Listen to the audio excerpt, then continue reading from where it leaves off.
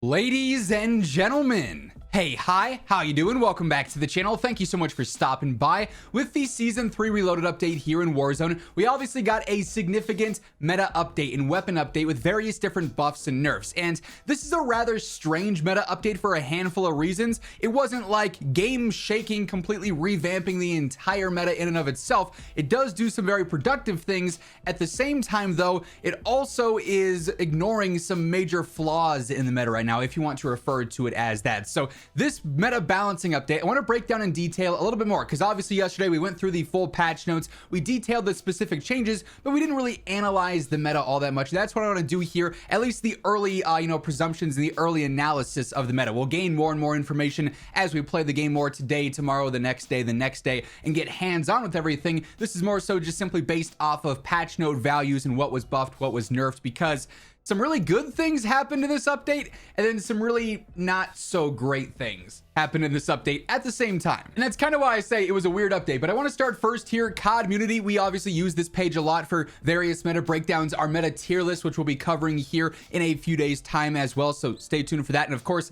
everything else going on in COD on a daily basis, I got you in the know for news, updates, meta breakdowns. It's all right here, so feel free to hit that subscribe button to stay up to date. And if you enjoy this video, you find it helpful, a like rating is always appreciated as we go through everything. But COD Community always does this fantastic graphic every time we see a meta update that kind of just highlights what was changed from a top-down sort of perspective here. Very brief thing. You can see there's a lot of green on this graph, and there actually should be a little bit more because the Kilo and the AMAX got slight buffs, not actually nerfs, so you could in your mind change those over to green there. But typically buffs are better. When the meta is healthy, the less things that are getting nerfed severely and the more things that are getting buffed, that's ultimately good. You know, typically the only time you're going to see large nerfs is if something is insanely broken. And we got a couple of bright red options here with some changes to the AK-74 and the HDR, which you could absolutely say are the best meta options in the game. But to the extent that they did some of the changes here, they don't necessarily meet the mark. And then also they don't counter these nerfs appropriately, which is, I think, one of the main cons of this meta update. And while yes, a lot of this green here, particularly the focus on MW2 and MW3 weapons, which we'll talk about more in detail in just a moment, is fantastic, they did miss on some of the other reactionary changes with this meta balancing pass. So why do I say that? Well, first up here with the AK-74, this is what we largely had our eyes on going into this update, because throughout the start of Season 3, the AK-74 and the AMAX have been essentially the two best rifles in the game. However, each of them also excel beyond just a standard rifle setup meant for mid to long range. The AK in particular was also the best SMG in the game, while being the best rifle, while being the best sniper support. It was doing everything phenomenally with an insane TTK across the board. That in and of itself just isn't balanced. So going into this update, we all assumed, okay, they're probably taking the AK-74 out of the close range meta. You know, having a mid to long range rifle be the best SMG, the best shotgun, the best sniper support is probably not going to be the way forward. And they do adjust this ever so slightly. They nerf the headshot multiplier, the lower torso multiplier a tad bit. So the damage on the AK, whether you're fighting close range or long range, is going to be a little bit worse. Not significantly, but it will be worse. Then they try and slow this thing down some by hurting the sprint to fire speed, the ADS speed, and the strafe speed. But while yes, now in the close range it's not going to be as fast, you can counter this by putting on certain rear grips, certain stocks, things of that nature, right?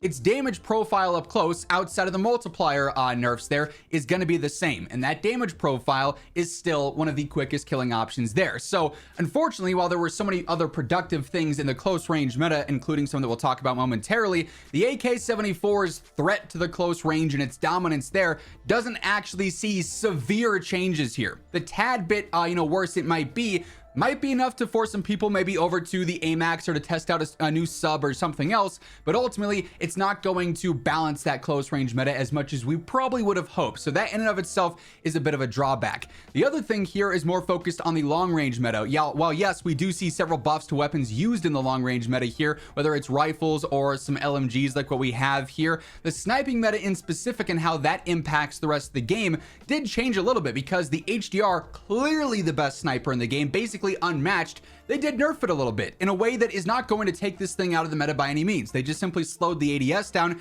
You can also counter this a little bit by using the quick draw rear grip or a fast mag to get a faster ADS. Like, that's not a surprising change, nor is that a detrimental change at all. What they didn't do though is offer any diversity here. Again, the general assumption going into this update was like, hey, AK-74 probably going to see some nerfs up close. HDR probably going to get some more competition, whether that's done through balancing it out or by raising others up. And they buffed the Imperium from MW2 here a little bit, but it's not an infinite one-shot headshot. It's still within its max damage range. And the other snipers in the game, the LR762, the Frostline, other options like that, without their infinite one-shot ranges, don't really compete to the HDR. And even the ones that do have infinite one-shot ranges, like the Moors with the charged barrel or the Cat AMR, those feel significantly worse than the HDR, and they didn't do anything to adjust the velocities there or the ADS or the handling and sway there. So again, no real reason to go beyond the HDR. So the very, very top of the meta with this update doesn't change. Meanwhile, everything beneath it actually shifts quite a bit because of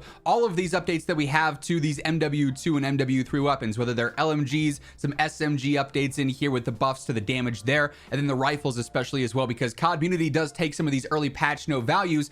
While they're not going to be perfectly one-to-one because we need true long-term data testing in game to get the precise numbers, the simple patch note adjustments mentioned that we can go off of do paint a very interesting picture. For instance, just simply going off of the patch note numbers with the HRM buffs that it got with its damage, its TTK here is actually basically equivalent to the AK-74 in the close range. So the HRM9 might be a true meta contender for the close range based off of these new damage values. Now that is fantastic. Buffing a weapon to a point where maybe it's not better than absolutely everything in the category, right? But it takes a weapon that was completely, overlooked, not used, not picked whatsoever, and brings it into contention without really hurting these other options. Like the AK is still going to be good. Obviously, that got hurt a little bit as we talked about, but not in the same, context here. The SOG is still going to be good.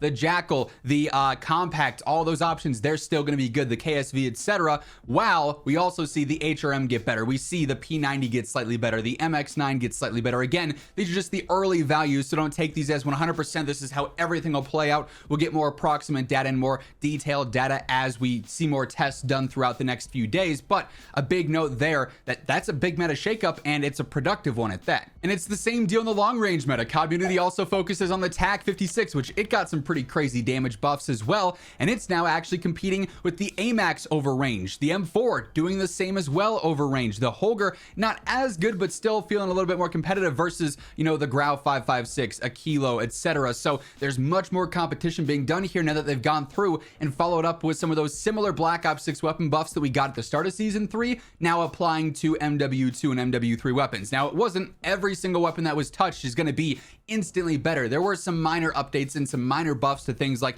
the Wasp 9, for instance, or some other rifles that didn't see anything too crazy, but it's a step in the right direction seeing these actually applied. Now, we still have to go through, focus on the field, because a lot of these MW2 and MW3 weapons did end up getting some visual recoil reductions, so they should be easier to shoot.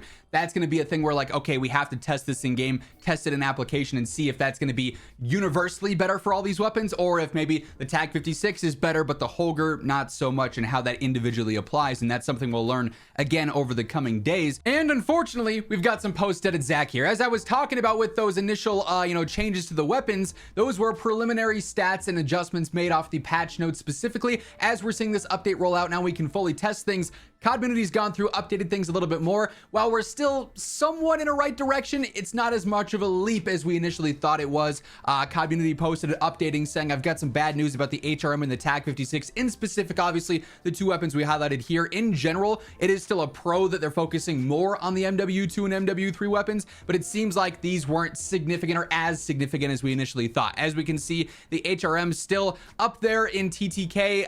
It's close in the first damage range to something like a SOG, but it drops off much sooner than some of those other options. That new Ladra is looking pretty nice, though. We'll talk about that soon. But then also the TAC-56, not as good in that first damage range as we might have initially thought. It still seems decent over range for sure. You can actually see it's able to compete with the AMAX, the Kilo, the SWAT over range, or the Grau over range, but it's not going to be like one-to-one with the AMAX as we initially thought based on the patch node values. So it's not going to be as much of a leap to the meta there with some of those MW2 and MW3 guns, but obviously there are some solid updates there that are pushing things in the right direction. So good news, not great news now that we have updated information, but still a pretty interesting meta update, all things considered. That said, that's going to wrap things up. If you enjoyed this video, a like rating would be seriously appreciated. And if you're new to the channel, you want to guarantee you're always up to date with everything going on in COD, this is the place to be. So feel free to hit that sub button and turn on those post notifications. But once again, thank you so much for tuning in. And until next time, take it easy, have an awesome rest of your day, and I'll catch you later.